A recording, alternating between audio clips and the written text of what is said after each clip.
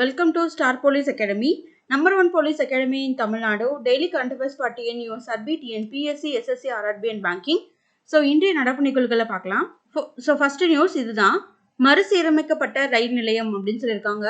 So இப்போ இந்த வாரம் ஃபுல்லாகவே வந்து பார்த்தீங்கன்னா உங்களுக்கு அயோத்தி நியூஸ் தான் நிறைய வரும். ஸோ அதனால் வந்து பார்த்து வச்சுக்கோங்க என்ன பண்ணியிருக்காங்க அப்படின்னு சொல்லிட்டு. ஸோ இங்கே நம்ம பார்க்கலாம், மறுசீரமைக்கப்பட்ட ரயில் நிலையம் அப்படின்னு சொல்லியிருக்காங்க. ஏன் இந்த பேர் கொடுக்கணும் அப்படின்னா, இதுக்கு முன்னாடி இந்த ரயில்வே ஸ்டேஷனோட பேர் வந்து ஒன்று இருந்துச்சு. அதை வந்து 2022 தான் மாற்றினாங்க. ஸோ அதுக்கப்புறம் இப்போ இந்த கோயில் ஆரம்பிச்சனால அதோட பேர் இப்போ ரீசெண்டாகவும் சேஞ்ச் பண்ணியிருக்காங்க அப்படின்றது தெரிஞ்சுக்கோங்க. ஸோ இப்போ வந்து பார்த்தீங்கன்னா 2022ஆம் ஆண்டு அக்டோபரில் ஃபைசாபாத் கண்டோன்மெண்ட் ரயில் நிலையம் அப்படின்ற இந்த பேரை அயோத்தி கண்டோன்மெண்ட் ரயில் நிலையம் அப்படின்னு வந்து பேர் மாற்றப்பட்டுச்சு. ஸோ அதில் வந்து ஒப்புதல் வழங்கியிருந்தாங்க. அதுக்கு ஏற்ற மாதிரியே இப்போ வந்து அந்த பேரை வந்து என்னவா சேஞ்ச் பண்ணியிருக்காங்க அப்படின்னா, அயோத்தி கோயில் சந்திப்பு அது அப்படின்னு வந்து நேம் வந்து சேஞ்ச் பண்ணியிருக்காங்க அப்படின்றது தெரிஞ்சுக்கோங்க. சரிங்களா? ஸோ 2022 ஃபைசாபாத் கண்டோன்மெண்ட் ரயில் நிலையம் அப்படின்ற இந்த பேரை மாற்றுறதுக்காக ஒப்புதல் வந்து வழங்கியிருந்தாங்க. ஸோ இப்போ வந்து பேர் மாற்றிட்டாங்க அப்படின்றது தான் இப்போ கரண்ட் அஃபேர்ஸ். ஸோ நெக்ஸ்ட் இந்த நியூஸில் பார்க்கலாம், சென்னையில் ஜனவரி 7-8 வந்து பார்த்தீங்கன்னா உலக முதலீட்டாளர்கள் மாநாடு வந்து நடக்குது அப்படின்றது நமக்கு தெரியும். ஸோ இது ரொம்ப ரொம்ப முக்கியமான நியூஸ். ஸோ அதில் வந்து என்னென்ன பண்ணுறாங்க, அதுக்கப்புறம் வந்து பார்த்தீங்கன்னா யார் வந்து எம்ஓஇ வந்து சைன் பண்ணுறாங்க தமிழ்நாடு கவர்மெண்ட் கூட. ஸோ அதெல்லாமே நம்ம முக்கியமாக பார்க்க பண்ணணும். ஸோ இது வந்து பார்த்து வச்சுக்கோங்க. ஸோ எங்கே நடக்க போகுது அப்படின்னா ஜனவரி 7-8 சென்னையில் தான் வந்து நடக்க போகுது. முக்கியமாக சென்னையில் வந்து பார்த்தீங்கன்னா நந்தம்பாக்கம் வர்த்தக மையத்தில் தான் நடக்க போகுது அப்படின்றதையும் தெரிஞ்சுக்கணும். நெக்ஸ்ட் நியூஸ் வந்து பார்த்தீங்கன்னா நடப்பாண்டில் 14 ராக்கெட்டுகள் செலுத்த இலக்கு அப்படின்னு சொல்லியிருக்காங்க. ஸோ ஏன் வந்து இந்த நியூஸ் இப்போ இருக்குது அப்படின்னு பார்த்தீங்கன்னா ஜனவரி 1 சரிங்களா? ஸோ ஜனவரி 1 முக்கியமான ஒரு நிகழ்வு என்னதுன்னா PSLV C58 வந்து லான்ச் பண்ணியிருந்தாங்க. எக்ஸ்போசட்டையும் வந்து கூட அமைச்சிருந்தாங்க அப்படின்னு சொல்லிட்டு நம்ம நியூஸில் வந்து பார்த்துருப்போம். ஸோ காலையில் 9-10 மணிக்கு வந்து அமைச்சிருந்தாங்க அப்படின்னு சொல்லிட்டு நியூஸில் இருந்துச்சு. ஸோ அந்த நியூஸை பற்றி தான் சொல்கிறாங்க. ஸோ இந்த வருஷம் அனுப்புன ஃபஸ்ட்டு ராக்கெட் வந்து பார்த்தீங்கன்னா இந்த PSLV C58 தான். ஸோ இது வந்து உங்களுக்கு தெரியணும். அதே போல் PSLV டைப்ஸில் நம்ம இது எத்தனாவது ராக்கெட்டாக நம்ம அனுப்பியிருக்கோம் அப்படின்னா 60வது ராக்கெட் சரிங்களா? அதாவது 60வது PSLV ராக்கெட்டாக வந்து நம்ம லான்ச் பண்ணியிருக்கோம் சரிங்களா? ஸோ இதுவும் வந்து உங்களுக்கு தெரியணும். ஸோ இப்போ இங்கே பார்க்கலாம், INSAT 3 DS செயற்கைக்கோள் மற்றும் இஸ்ரோ நாசா ஒருங்கிணைப்பில். ஸோ இதில் வந்து பார்த்தீங்கன்னா யார் யார் வந்து கொலாபரேஷன் பண்ணியிருக்காங்க அப்படின்னா இஸ்ரோ அண்ட் நாசா ரெண்டு பேருமே, அதாவது INSAT 3 DS அப்படின்ற இந்த செயற்கைக்கோளில் சரிங்களா கொலாபரேஷன் வந்து நாசாவும் இஸ்ரோவும் தான் பண்ணியிருக்காங்க. ரேடார் செயற்கைக்கோள்கள் GSLV ராக்கெட் மூலம் அனுப்பப்பட உள்ளன. ஸோ இது வந்து ஃபியூச்சர் பிளான் சரிங்களா? ஸோ அது மட்டும் இல்லாமல் இது நமக்கு தெரியும் L1 பாயிண்ட் இப்போ வந்து ஜனவரி 6 வந்து பார்த்தீங்கன்னா அது வந்து 125 நாளை கடந்து ஜனவரி 6 அன்னைக்கு வந்து பார்த்தீங்கன்னா இந்த ஆதித்யா L1 மிஷன் வந்து அதோட பிளேஸில் போய் நிறுத்தப்படும் அப்படின்னு வந்து சொல்லியிருந்தாங்க. ஸோ அது வந்து நடக்க போகுது. ஸோ அதையும் நம்ம வந்து பார்க்கலாம். ஸோ ஜனவரி 6 ஆதித்யா L1 வந்து என்னைக்கு வந்து ரீச் ஆகும் அப்படின்னா ஜனவரி 6. ஆதித்யா L1 வந்து பார்த்தீங்கன்னா என்னைக்கு ஸ்டார்ட் பண்ணப்பட்டு என்னைக்கு அனுப்பப்பட்டுச்சு அப்படின்னு கேட்டாங்கன்னா செப்டம்பர் 2. இந்த டேட்லாம் ரொம்ப ரொம்ப முக்கியம். ஸோ இதெல்லாம் ஞாபகம் வச்சுக்கோங்க. என்னைக்கு அனுப்பப்பட்டுச்சுன்னா செப்டம்பர் 2. என்னைக்கு வந்து போய் சேரும் அப்படின்னு சொல்லியிருக்காங்கன்னா ஜனவரி 6. ஸோ அது போக ஆதித்யா L1 மிஷனோட டைரக்டர் யாரு அப்படின்னு கேட்கலாம். அவங்க வந்து பார்த்தீங்கன்னா ஒரு உமன் தான். அவங்க பேர் வந்து நிகர் ஷாஜி. ஸோ இவங்களும் தமிழ்நாட்டை சேர்ந்தவர்கள். ஸோ இந்த நியூஸ் எல்லாமே உங்களுக்கு தெரியணும். ஸோ அது போக வேற எதை பற்றி எல்லாம் பேசியிருக்காங்க அப்படின்னு பார்த்தீங்கன்னா இந்த எக்ஸ்போசாட் பற்றி தான் பேசியிருக்காங்க. அதாவது மேலும் PS4 இயந்திரத்தை 350 கிலோமீட்டருக்கு கீழான சுற்றுப்பாதைக்கு கொண்டு வரும்போது விண்வெளி கழிவுகளை ஏற்படுத்தாமல் இருக்க முடியும் அப்படின்னு சொல்லியிருக்காங்க. அது மட்டும் இல்லாமல் குலசேகரப்பட்டினத்துல செகண்ட் லான்ச்சிங் பேடும் வந்து அமைக்க போறதுக்கு வந்து பார்த்தீங்கன்னா CM கிட்ட பர்மிஷன் கொடுத்துருந்தாங்க அப்படின்றதையும் நம்ம பார்த்துருப்போம் சரிங்களா? ஸோ அது போக வந்து பார்த்தீங்கன்னா இப்போ வந்து அவங்க வந்து கேட்குறாங்க அப்படின்னா ஸோ நமக்கு அதுக்கான ஃபெசிலிட்டிஸ்லாம் வந்து பண்ணி தரணும். ஸோ லேண்டு கையகப்படுத்துறது, ஸோ மற்ற இஷ்யூஸ் எல்லாமே வந்து பண்ணி தரணும் இல்லையா? ஸோ அப்போ வந்து பார்த்தீங்கன்னா ஒரு 2 மந்த்ஸ்க்கு முன்னாடி ஸோ இஸ்ரோவோட தலைவர் சோம்நாத் அவர்கள் வந்து நம்மளோட சிஎம் வந்து பார்த்துருந்தாரு. அப்போ வந்து பார்த்தீங்கன்னா சந்திராயன் 3யோட அந்த மாடலையும் வந்து கொடுத்துருந்தாரு. எங்களுக்கு வந்து குலசேகரப்பட்டினம் அந்த இடத்துல லான்ச்சிங் பேட் அமைக்கிறதுக்கு ஹெல்ப் பண்ணுங்க அப்படின்றதையும் வந்து கேட்டிருந்தாரு சரிங்களா? ஸோ இதெல்லாமே நீங்கள் ஞாபகம் வச்சுக்கணும். அது போக இங்கே வேற எதை பற்றி பேசியிருக்காங்க அப்படின்னா மத்திய அரசின் திறன் இந்தியா திட்டத்தின் கீழ் அரசு பள்ளிகளில் அடல் டிங்கரிங் லேப்ஸ் அப்படின்றது வந்து ரன் ஆகிட்டு தான் இருக்குது அப்படின்றதையும் சொல்லியிருக்காங்க. ஸோ நெக்ஸ்ட் இந்த நியூஸில் உள்கட்டமைப்பு மற்றும் மேம்பாட்டுக்காக நீர்வளத்துறைக்கு போதிய நிதி ஒதுக்கீடு அப்படின்னு சொல்லிட்டு மத்திய அமைச்சர் புருஷோத்தம் ரூபாலா தகவல் அப்படின்னு சொல்லியிருக்காங்க. ஸோ இதில் வந்து ஒரு திட்டம் வந்து நம்ம பார்க்கணும். சாகர் பரிக்ரமா, சரிங்களா, சாகர் பரிக்ரமா. இந்த திட்டம் என்னது அப்படின்னா இதோட மீனிங் வந்து கடல் பயணம் பண்றது தான். ஸோ உங்களுக்கு ரீசெண்டாக நீங்கள் நியூஸில் வந்து பார்த்துருப்பீங்க. கடல் பயணம் இல்லைன்னா வந்து கடல் சுற்றுலாவுக்கு ஃபர்ஸ்ட் எந்த மாநிலம் வந்து அலோவ் பண்ணியிருக்காங்க அப்படின்னா ஸோ அது வந்து குஜராத்ல தான் வந்து ரீசெண்டாக பண்ணியிருக்காங்க அப்படின்றத தெரிஞ்சுக்கோங்க. ஸோ இங்கே பார்க்கலாம். மீனவர்களை சந்தித்து கலந்துரையாடுதல், மத்திய அரசின் திட்டங்களை எடுத்துரைத்தல், பயனாளிகளுக்கு நலத்திட்ட உதவிகளை வழங்குதல் ஆகியவற்றை நோக்கமாக கொண்டு, சரிங்களா, இதெல்லாமே வந்து நோக்கமா இருக்கு. என்னென்ன, மீனவர்களை சந்தித்து கலந்துரையாடுறது, அதாவது அவங்கள வந்து மீட் பண்ணி அவங்களோட குறைகள் எல்லாம் கேட்கறது. அது மட்டும் இல்லாமல் அவங்களுக்கு ஃபிஷிங்ல இந்த மாதிரி ஸ்கீம்ஸ்லாம் இருக்கு அப்படின்னு வந்து சொல்றதுக்கும், அது மட்டும் இல்லாமல் யார் யாரெல்லாம் பெனிஃபிஷியரி இந்த ஃபிஷிங் கம்யூனிட்டியில அப்படின்றதையும் வந்து எடுத்துரைக்கும் அந்த நோக்கமாக தான் வந்து பார்த்தீங்கன்னா இந்த சாகர் பரிக்ரமா அப்படின்ற இந்த கடல் பயணம் என்ற திட்டத்தை வந்து மத்திய அரசு 2022 அன்னைக்கு வந்து குஜராத்ல தான் வந்து தொடங்கியிருக்காங்க.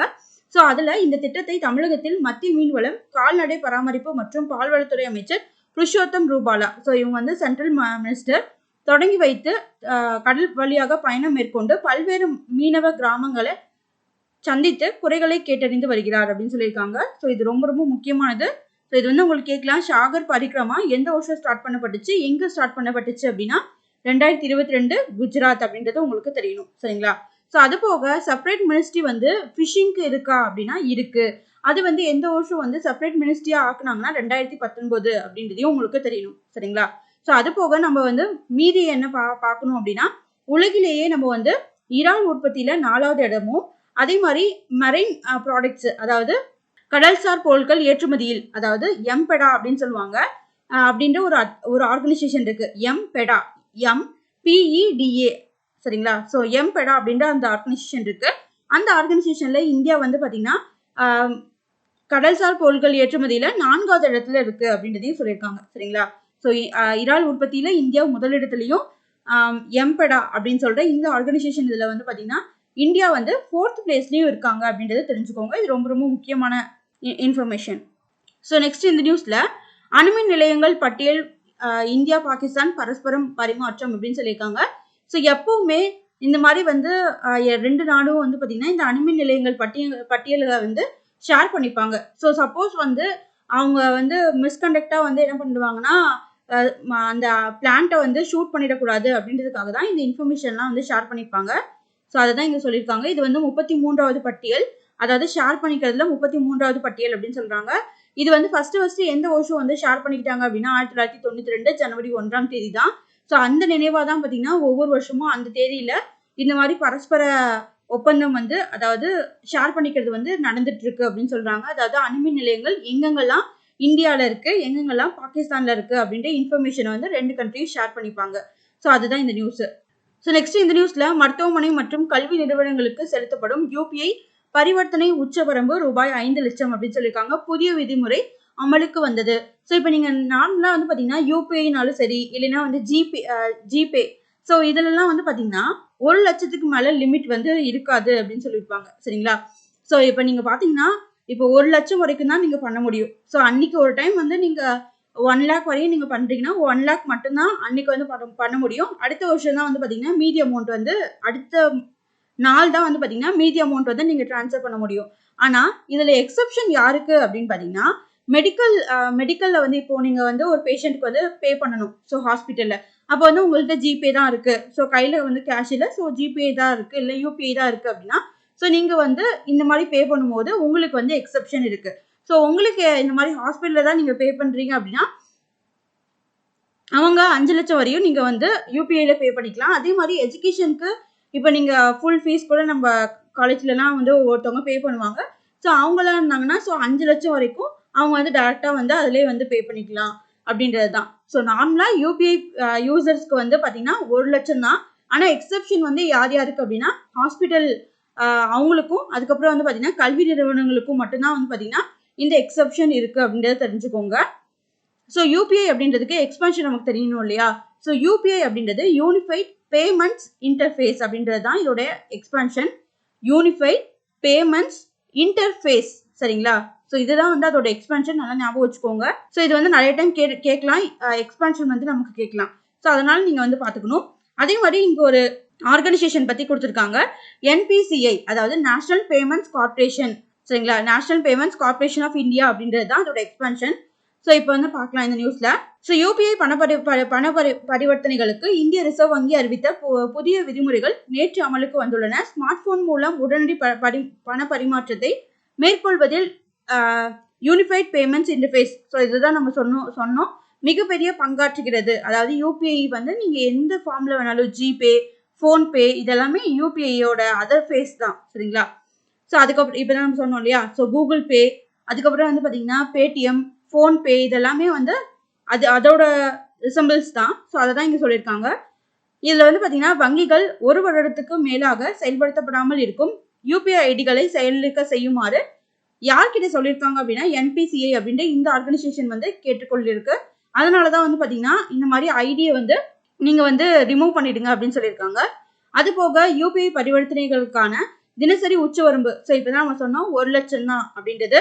ஸோ இப்போ வந்து பார்த்தீங்கன்னா இதில் யாருக்கு இது எக்ஸப்ஷன் அப்படின்னா மெடிக்கல் இதில் இருக்கவங்களுக்கும், ஸோ கல்வி நிறுவனங்களில் வந்து நீங்கள் பே பண்ணுறவங்களுக்கு மட்டும்தான் வந்து பார்த்தீங்கன்னா இந்த இது வந்து 5 லட்சமாக வந்து உயர்த்திருக்காங்க அப்படின்றத தெரிஞ்சுக்கோங்க. அது போக ரிசர்வ் வங்கியானது ஜப்பானின் ஹிட்டாச்சியுடன் இணைந்து தற்போது நாடு முழுவதும் யூபிஐ ஏடிஎம்களை திறக்க உள்ளது. ஸோ இந்த மாதிரி இப்போ இருக்கும்போது நம்ம ஏடிஎம்ல நம்மளோட கியூஆர் கோடு வந்து நம்மளோட அக்கௌண்ட் நம்பருக்கு வந்து வரும். ஸோ அந்த மாதிரி இருக்கும்போது நம்ம டைரெக்டாக ஸ்கேன் பண்ணிட்டு நம்ம ஈஸியாக வந்து மணி வந்து எடுத்துக்கலாம். ஸோ நம்ம வந்து இனிமேட்டு வந்து அக்கௌண்ட் நம்பர் போட்டு நம்ம வந்து எடுக்கணும் அப்படின்றது அவசியம் இல்லை அப்படின்றது இங்கே சொல்லியிருக்காங்க. ஸோ நெக்ஸ்ட் இந்த நியூஸ்ல சீனாவின் சவாலை எதிர்கொள்ள தேசிய அளவில் ஒருங்கிணைந்த முன்னெடுப்பு அவசியம் அப்படின்னு சொல்லியிருக்காங்க. யுஎஸ்ஐ அப்படின்ற இந்த அமைப்போட இயக்குனர் வந்து சொல்லியிருக்காரு. ஸோ அப்போ யுஎஸ்ஐ அப்படின்ற இந்த அமைப்பு என்ன அப்படின்றத நம்ம பார்க்கலாம். இந்தியாவின் பழமையான பாதுகாப்பு சிந்தனை குழுவாக இருப்பது தான் வந்து பார்த்தீங்கன்னா இந்த united service institution of India அப்படின்ற இந்த அமைப்பு. இது வந்து எந்த வருஷம் ஸ்டார்ட் பண்ணப்பட்டுச்சு அப்படின்னா 1870 வந்து தொடங்கப்பட்டது. ஸோ இவங்க என்னென்னலாம் வந்து கையாளுறாங்க, என்னென்ன டிபார்ட்மெண்ட்டை வந்து பார்த்துக்கிறாங்க அப்படின்னா இராணுவ பாரம்பரியம் மற்றும் கோட்பாடு, பாதுகாப்பு, புவிசார் அரசியல், ஐக்கிய நாடுகள் சபையின் அமைதி காக்கும் நடவடிக்கை, திறன் மேம்பாட்டு திட்டம் உள்ளிட்டவற்றை கையாளுறவங்க தான் யாருன்னா இந்த யுஎஸ்ஐ அப்படின்ற இந்த அமைப்பு அப்படின்றது உங்களுக்கு தெரியணும். ஸோ நெக்ஸ்ட் இந்த நியூஸ்ல ரூபாய் 2187 கோடியில் கிருஷ்ணகிரி மற்றும் கோவைக்கு இயற்கை எரிவாயு குழாய் வழி திட்டம் அப்படின்னு சொல்லியிருக்காங்க. ஸோ இதில் வந்து பார்த்தீங்கன்னா எந்த ஊர், ஸோ கிருஷ்ணகிரினால ஆப்வியஸ்லா உங்களுக்கு வந்து பெங்களூரு, ஸோ பெங்களூர்லேருந்து உங்களுக்கு கோவை வரைக்கும் வந்து பார்த்தீங்கன்னா இயற்கை எரிவாயு குழாய் வழி திட்டம் வந்து ஸ்டார்ட் பண்ணி வச்சிருக்காரு. யாருன்னா நம்மளோட பிஎம் அப்படின்றத தெரிஞ்சுக்கோங்க. ஸோ இதில் வேற எதுவுமே முக்கியம் இல்லை. ஸோ இந்த நியூஸ்ல சர்வதேச விமான நிலையம், ஸோ இதில் நம்ம முக்கியமாக பார்க்க போகிறது மகரிஷி வால்மீகி சர்வதேச விமான நிலையம் என பெயர் சூட்டப்பட்டுள்ள அயோத்தி விமான நிலையம், சரிங்களா? அயோத்தி விமான நிலையம் வந்து இப்போ என்னவா பெயர் சூட்டப்பட்டிருக்கு அப்படின்னா மகரிஷி வால்மீகி சர்வதேச விமான நிலையம் அப்படின்னு சொல்லிட்டு ஆரம்பிச்சிருக்காங்க. அது வந்து என்னைக்கு திறந்து வச்சிருக்காங்க அப்படின்னா சனிக்கிழமை வந்து பிரதமர் நரேந்திர மோடி வந்து தொடங்கி வச்சிருக்காரு அப்படின்றத தெரிஞ்சுக்கோங்க. ஸோ நெக்ஸ்ட் இந்த நியூஸ்ல நம்ம வந்து முன்னாடியே சொன்னதுதான், இந்த அயோத்தி கோயில் வந்து கட்டிட்டாங்க. ஸோ அதில் வந்து நிறைய ஸ்பெஷாலிட்டிஸ் இருக்கு அப்படின்றத சொல்லியிருக்காங்க. ஸோ இதில் உங்களுக்கு முக்கியமாக கேட்கணும் அப்படின்னா ராமச்சரித மானஸ் அப்படின்ற இந்த புக்கை யார் எழுதுனாங்கன்னு கேட்கலாம். ஸோ யார் எழுதுனாங்க அப்படின்றது தெரிஞ்சதுன்னா கீழே கமெண்ட் பண்ணுங்க, சரிங்களா? ஸோ இது ரொம்ப ரொம்ப முக்கியமான கொஸ்டின். ராமச்சரித மானஸ் அப்படின்ற இந்த புக்கை யார் எழுதுனாங்க அப்படின்றத தெரிஞ்சதுன்னா கீழே கமெண்ட் பண்ணுங்க. இவங்க வந்து பார்த்தீங்கன்னா நம்மளோட பக்தி மூமெண்ட்ஸ்ல வந்து பார்த்தீங்கன்னா நமக்கு வருவாங்க, சரிங்களா? பக்தி மூமெண்ட்ஸ் நமக்கு இருக்கு. ஸோ அந்த டாபிக்ல வந்து இவங்க வருவாங்க. ஸோ நெக்ஸ்ட் நியூஸ் சூரிய மின் சக்தி நகர திட்டம் அப்படின்னு சொல்லியிருக்காங்க. ஸோ உத்தரப்பிரதேச மாநிலத்தின் முதல் சூரிய மின் சக்தி நகரமாக அயோத்தி மாற்றப்பட உள்ளது. இதற்காக சராயு நதிக்கரையில் 40 மெகாவாட் மின் உற்பத்தி திறன் கொண்ட சூரிய மின் சக்தி பூங்கா அமைக்கப்பட்டு வருகிறது. ஸோ இதுவும் வந்து நீங்க தெரிஞ்சுக்கணும். சூரிய மின் சக்தி நகர் திட்டமா எந்த நகரம் வந்து உத்தரப்பிரதேசில வரப்போகுது அப்படின்னா அயோத்தி அப்படின்றது உங்களுக்கு தெரியணும். நம்ம நேற்று கூட பார்த்துருப்போம், அயோத்தி தாம் சாலை வந்து திறப்பு அப்படின்னு சொல்லியிருக்காங்க. அதாவது 4 வழி சாலைகளை வந்து பார்த்தீங்கன்னா அந்த பேர் வந்து அயோத்தி தாம் சாலை திறப்பு அப்படின்னு சொல்லிட்டு தான் அதோட பேர் வந்து வச்சிருக்காங்க அப்படின்றத நம்ம நேற்று நியூஸ்ல வந்து பார்த்துருப்போம். ஸோ அது போக நகராட்சியிலிருந்து மாநகராட்சியா வந்து பாத்தீங்கன்னா இந்த அயோத்தியை வந்து மாத்திருக்காங்க. ஸோ இனிஷியலா அதோட பேர் வந்து பாத்தீங்கன்னா அந்த அயோத்தி நகரம் வந்து ஃபைசாபாத் அப்படின்ற இந்த பேர்ல தான் இருந்துச்சு. ஸோ அதுக்கப்புறம் ஃபைசாபாத் அண்ட் அயோத்தி அது ரெண்டுத்தையும் வந்து மர்ஜ் பண்ணி இப்போ வந்து நகராட்சியில இருந்து இது மாநகராட்சியா வந்து மாறிடுச்சு அப்படின்றது தான் இங்க சொல்லியிருக்காங்க. ஸோ இங்க பாத்தீங்கன்னா தெரியும். ஸோ நெக்ஸ்ட் இந்த நியூஸ்ல தமிழ்நாடு பத்தி முக்கியமானது. தமிழகத்தில் கடந்த ஆண்டில் 96,709 பேர் காச நோயால் பாதிக்கப்பட்டுள்ளனர். இது முந்தைய ஆண்டை காட்டிலும் 2.65% அதிகம் அப்படின்றது நமக்கு நல்லாவே தெரியும். ஸோ தமிழ்நாடும் சரி, ஸோ இந்தியாவும் சரி, டியூபர்குலோசிஸை எந்த வருஷத்துக்குள்ள ஒழிக்கணும் அப்படின்னு வந்து டார்கெட் கொடுத்துருக்காங்க அப்படின்னா கீழே வந்து கமெண்ட் பண்ணுங்க. ஸோ அது ரொம்ப ரொம்ப முக்கியமான இயர். இதுக்கப்புறம் இதை வந்து நம்ம நிறைய டைம் வந்து டிஸ்கஸ் பண்ணியிருக்கோம். உலகம் முழுவதும் தமிழர்களின் உறவுகளை பாதுகாக்கும் வகையிலான வேர்களை தேடி திட்டம் மே 24, 2023 சிங்கப்பூரில் முதலமைச்சர் மு.க. ஸ்டாலினால் தொடங்கப்பட்டு செயல்படுத்தப்பட்டு வருகிறது அப்படின்றதான். ஸோ இது ரொம்ப ரொம்ப முக்கியமானது. ஸோ வேர்களை தேடி திட்டம் யாருக்கானது அப்படின்னா தமிழர்களின் உறவுகளை புதுப்பிக்கும் வகையில தான் வந்து பாத்தீங்கன்னா இந்த வேர்களை தேடி திட்டம் வந்து செயல்பட்டு வருகிறது அப்படின்றத தெரிஞ்சுக்கோங்க. எங்க ஸ்டார்ட் பண்ணாருன்னா சிங்கப்பூர்ல. இத்திட்டம் மூலம் அயல் நாடுகளில் வாழும் 18 முதல் 30 வயதுக்குட்பட்ட தமிழ் இளைஞர்களை தமிழக அரசு செலவில் தமிழகத்துக்கு வரவழைத்து அவர்கள் தமிழ் மற்றும் தமிழர் தம் பெருமைகளை உணரும் வகையில் தமிழகத்தில் வரலாற்று சிறப்புமிக்க இடங்களுக்கு ஒரு பண்பாட்டு பயணம் ஏற்பாடு செய்யப்படும். அதன் அடிப்படையில் வேர்களை தேடி திட்டத்தின் மூலம் முதல் பயணம் டிசம்பர் 27 மாமல்லபுரத்தில் உள்ள தமிழ்நாடு ஹோட்டலில் இருந்து பயணம் தொடங்கப்பட்டது அப்படின்னு சொல்லியிருக்காங்க. ஸோ நெக்ஸ்ட் நேஷனல் நியூஸ் பார்க்கலாம். திருச்சியில் ஜனவரி 2 நடைபெறும் 2 நிகழ்வுகளில் பிரதமர் நரேந்திர மோடி பங்கேற்று பேசுகிறார் அப்படின்னு சொல்லியிருக்காங்க. என்ன 2 விஷயம் அப்படின்றது, ஒன்று வந்து பார்த்தீங்கன்னா பாரதியார் யூனிவர்சிட்டியில வந்து பார்த்தீங்கன்னா பட்டமளிப்பு விழாவில் வந்து கலந்துக்கிறாரு. அது போக வந்து பார்த்தீங்கன்னா திருச்சி இன்டர்நேஷனல் ஏர்போர்ட்டை வந்து ஒரு டெர்மினலை வந்து ஓப்பன் பண்ண போறாரு. சரிங்களா, இது வந்து நீங்க தெரிஞ்சு வச்சுக்கணும். So next science. ஸோ நம்ம நேற்றே பார்த்தது தான், அதாவது இப்போ நேற்று வந்து லான்ச் பண்ணாங்க இல்லையா, ஸோ PSLV C58. ஸோ அதை பற்றி தான்.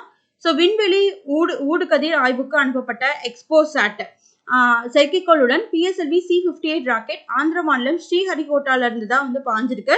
ஸோ ஜனவரி 1 அன்று விண்ணில் செலுத்தப்பட்டது. இது நமக்கு தெரியும். ஸோ ஊடுகதிர்களின் கோணம் பதையை அளவிட்டு அதன் வாயிலாக ஆராய்ச்சிகளை மேற்கொள்ள அனுப்பப்படும் செயற்கைக்கோள்களில் எக்ஸ்போசாட் 2வது என இஸ்ரோ தெரிவித்துள்ளது அப்படின்னு சொல்லியிருக்காங்க. ஸோ இதன் மூலம் முன்பு அமெரிக்கா மட்டுமே அத்தகைய ஆய்வை முன்னெடுத்தது. ஸோ இது வந்து உங்களுக்கு கேட்கலாம்.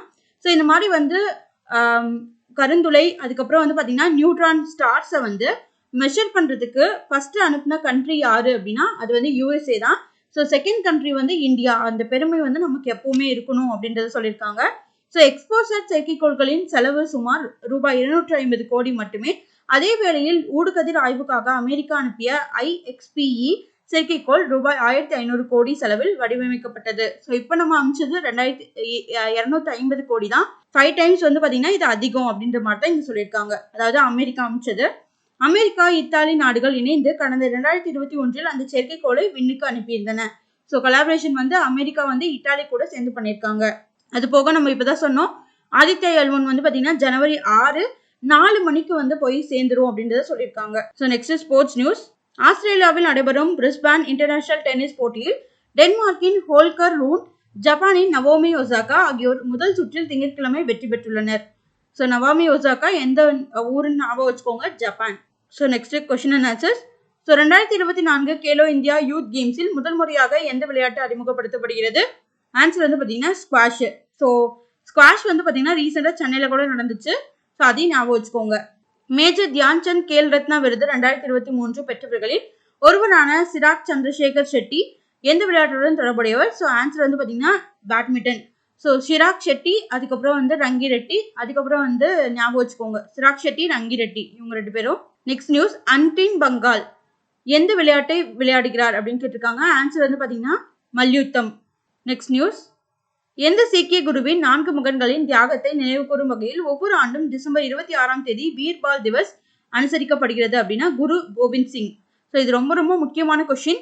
வீர்பால் திவஸ் யாரோட நாளா வந்து நம்ம அனுசரிக்கப்படுது அப்படின்னா அவங்களோட மகன்களோட தியாகத்தை வந்து போற்றும் வகையில் அனுசரிக்கப்படுது அப்படின்னா குரு கோபிந்த் சிங் அவர்களோட மகன்களோட தியாகத்தை வந்து போற்றும் விதமாக தான் இந்த நாள் வந்து அனுசரிக்கப்படுது, வீர்பால் திவஸ். Next news. சர்வதேச கிரிக்கெட்டில் இருந்து ஓய்வு பெறுவதாக அறிவித்த டீன் எல்கர் எந்த அணியின் முன்னாள் கேப்டன் அப்படின்னு கேட்டிருக்காங்க. நெக்ஸ்ட் நியூஸ், சமீபத்தில் சர்வதேச கிரிக்கெட்டில் இருந்து ஓய்வு பெறுவதாக அறிவித்த டீன் எல்கர் எந்த அணியின் முன்னாள் கேப்டன் அப்படின்னா ஆன்சர் வந்து பாத்தீங்கன்னா தென்னாப்பிரிக்கா அப்படின்றது தான். நெக்ஸ்ட் நியூஸ், சமீபத்தில் செய்திகளை வெளியிட்ட சிர்பூர் ஈரநிலம் எந்த மாநிலத்தில் அமைந்துள்ளது? ஆன்சர் வந்து பாத்தீங்கன்னா மத்திய பிரதேசம். அதாவது சிர்பூர் அப்படின்ற இந்த வெட்லாண்ட் எந்த மாநிலத்துல இருக்கு அப்படின்னா மத்திய பிரதேசம். ஸோ இருக்கிறதுல வெட்லாண்ட் வந்து அதிகமாக வச்சிருக்க மாநிலம் எது அப்படின்னா அது வந்து தமிழ்நாடு தான். ஸோ இது நீங்க தெரிஞ்சுக்கணும். தமிழ்நாட்டில் 14 வெட்லாண்ட் இருக்கு.